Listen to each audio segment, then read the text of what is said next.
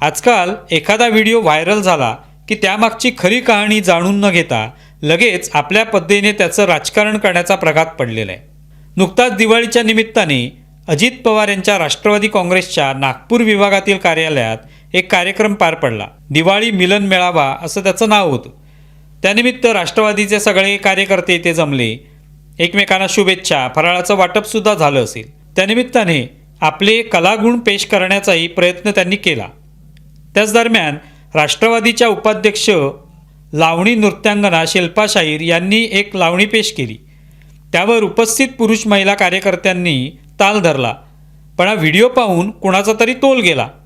एका व्हिडिओमुळे महाराष्ट्राची संस्कृती लयाला गेली, भूमंडळ डळमळू लागलं, राजकीय पक्षांच्या विचारांची माती झाली, अवघा महाराष्ट्र अंधारात बुडाला। लगेच अजितदादांच्या भगिनी सुप्रिया सुळेंनी संस्कृतीवर लेक्चर दिलं। जितेंद्र आव्हाड यांनी काही बोलण्यापूर्वीच त्यांच्या चेहऱ्यावर निराशा स्पष्ट दिसत होती। एकीकडे महाराष्ट्रातला शेतकरी अतिवृष्टीने ग्रस्त आहे, त्याचं नुकसान झालेलं आहे, आणि इकडे अजितदादांच्या पक्षातील लोक लावणीत दंग आहेत, म्हणजे काय असा सवाल उपस्थित केला गेला।